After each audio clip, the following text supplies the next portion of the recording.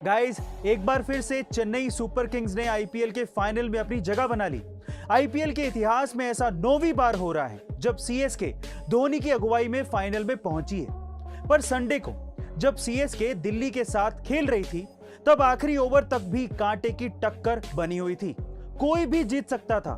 तब चेन्नई की जीत को लेके एक लड़की काफी भावुक हो रही थी।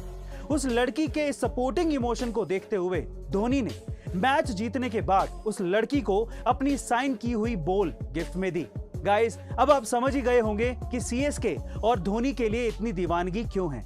एप्पल कंपनी की वर्थ आज $2 ट्रिलियन से भी ज्यादा है और ये दुनिया की सबसे मूल्यवान कंपनियों में से एक है। पर सवाल ये उठता है कि एप्पल कंपनी आखिरकार यहां तक पहुंची कैसे। चलिए आज मैं आपको बताता हूं। जब स्टीव जॉब्स ने एप्पल कंपनी की शुरुआत की थी, तो वे सिर्फ ऐसा प्रोडक्ट बनाना चाहते थे जैसा वो सोचते थे। वो एक फ्यूचरिस्टिक थिंकर थे। वो कस्टमर के बारे में नहीं सोचते थे कि कस्टमर उनका प्रोडक्ट खरीदेगा या नहीं खरीदेगा। वो सिर्फ भविष्य को ध्यान में रखकर प्रोडक्ट बनाते थे और यही सोच कंपनी में आज भी है। एप्पल कभी नहीं सोचता कि उनका प्रोडक्ट कस्टमर खरीद पाएगा या नहीं खरीद पाएगा।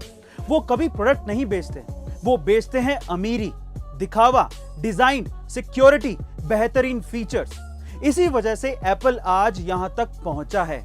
गाइस, आपका एप्पल के प्रोडक्ट्स के बारे में क्या ख्याल है, कमेंट सेक्शन में जरूर लिखेगा। गाइस, ये घटना घटी साल 2017 में, जब फ्लोरिडा की रहने वाली एक 10 साल की लड़की पर एक मगरमच्छ ने अचानक से हमला कर दिया और उसके पैर को अपने जबड़ों में दबोच लिया। वो तो एंड टाइम पे उस लड़की का दिमाग चल गया और एक ट्रिक की वजह से उसकी जान बच गई।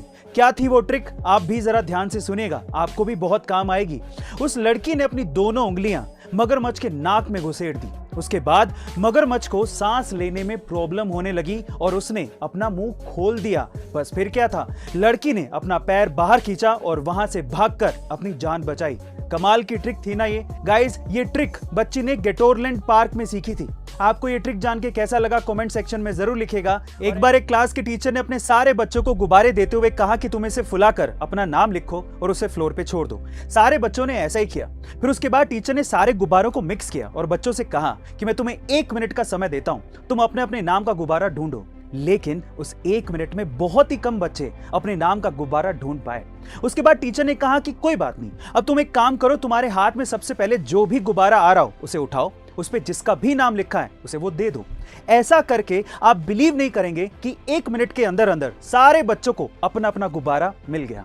गाइस, यहां सीखने लायक बात यह है कि हमारी जिंदगी में खुशियां भी गुब्बारों के जैसी होती हैं। ये हमें नहीं मिलती अगर हम अपनी खुशियां ढूंढते रहेंगे, लेकिन अगर हम दूसरों की खुशियों का भी ख्याल रखेंगे तो शायद हमें हमारी खुशियां भी मिल जाएं। पाई एक ऐसा रहस्यमय कमाल का नंबर है जिसके डेसिमल के बाद अनंत नंबर आते हैं और जिसे आज तक पूरी तरह से कोई भी कैलकुलेट नहीं कर पाया है। लेकिन स्विट्जरलैंड के साइंटिस्ट और रिसर्चर्स का यह कहना है कि उन्होंने पाई के नंबर को डेसिमल के बाद 62.8 ट्रिलियन नंबर तक कैलकुलेट कर लिया है, और वो भी पूरे 108 दिन की कड़ी मेहनत के बाद।